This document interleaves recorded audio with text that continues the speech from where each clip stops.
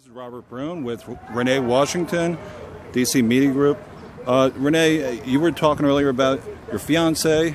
Yeah, Joe Wilbon, who got killed in police custody. They thought he was homeless. What happened was he moved some of his cars on Brentwood. A man called the police and somebody was breaking in the car. Now, if they looked at him, he had his uniform with the name of his car on there. That's when Zero Tolerance came in Baltimore City. And who was the mayor? Mayor O'Malley. Mayor O'Malley brought laws in Baltimore City, Zero Tolerance. That's when a lot more killings started doing with our black people in Baltimore. So that means you couldn't say anything to the police. The police went around there. The witness said that they beat him. They threw him in the trailer. They took him to Eastern Police District. Then they brought him down here to Central Booking. Central Booking called the police back and told them to come and get him, to take him to the hospital. And the officers said they didn't want to come back and get him. They said then his hands and his feet was bleeding. After that, the next day they went around his shop because the cars wasn't moved. They asked, where's the owner of the shop? And one of the workers said he'll be there.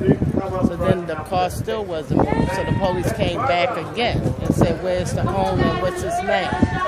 And one of the workers said his name is Joe Wilbon.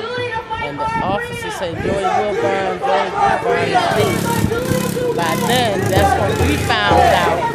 I was working for the state of Maryland at the time. I got a phone call and told me that Joey was dead. His mother went there to identify the body. They told her that she could not identify the body.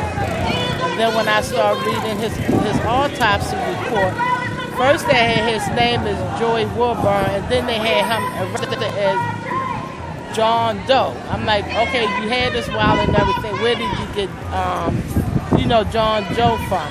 But I still have all his reports and everything back there, and I'm still going on. We did have a silver suit, went to the silver suit, they won the silver suit, and then around about December, I'm estimating around about 2004, they put it in the paper that they took the money back from the family. So his mother knew him, and his kids still didn't get justice. When they found out that he had children, they were shocked. And matter of fact, one of the officers that arrested him, I was outside smoking a cigarette the day that we went to court, and he knew he was wrong because he said to me, I'm going to lose my job. But that never happened. Okay. So you said he was taken to Mercy Hospital. Mm-hmm. And what did the nurse say there? He was dead. If they found him sitting in the hallway, they said he was dead. They tried to revive him. So when they brought him from here at Central Booking to Mercy, he was already dead. He was already dead. Central Booking didn't want the body because they say they was not bringing him in the condition that he was in.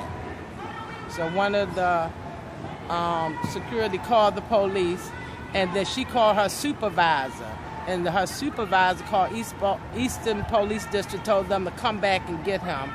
And they didn't want to come and get him, but they did finally come and get him and took him to the hospital. The next thing we know, he was dead. So when you saw him or the pictures 5 days later, you said? Mm-hmm. And what did you see? His whole face was fat. You could tell where it was beaten. His arm is blown up. It was sweat fat all around here. You see where the cuffs was on his hands real tight. So you could tell that he was beaten. The makeup couldn't even hide the scars. Did you try and get in touch with the Department of Justice over this? Yes. His mother tried to get in touch with everybody. Matter of fact, at that time, Billy Murphy had the case.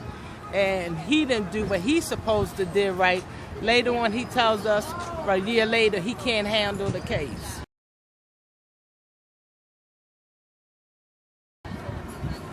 Okay.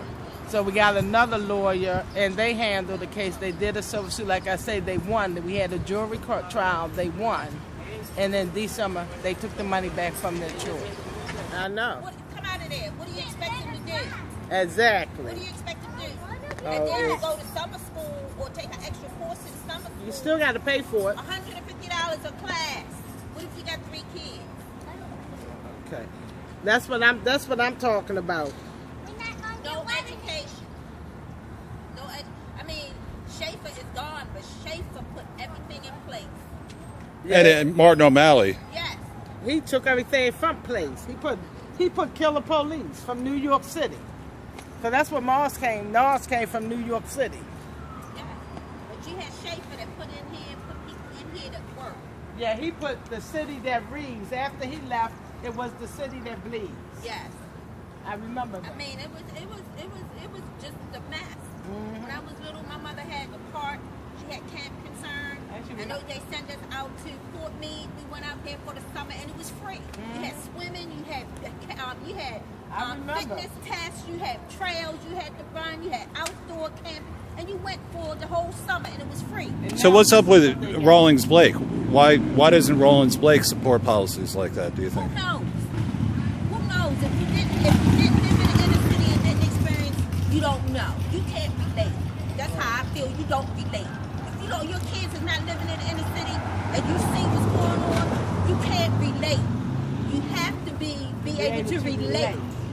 I mean, we never had these many empty houses. The city have all these empty houses and won't even put you in them. I remember time Or we used restore. to, every neighborhood, we used to put little flower pots and The clean up block contest for the summertime. Yes. And the city would come out, the mayor, Schaefer and them would come out and judge who block was the prettiest. Yes. And they would get a reward, and then the money went into that community to build the parks. Remember And what year was that? That was in the 70s. Yeah, that was in the 70s. The early 70s up to the early 80s. And then it started changing. Yeah. When Schaefer came out of office, it started changing. I mean, the harbor wouldn't be there if it wasn't for Schaefer. That's But everybody said you can't build on that water. Schaefer, he said, no, we want to build. Yeah. And he built. He built. He put into the community. He didn't care what the race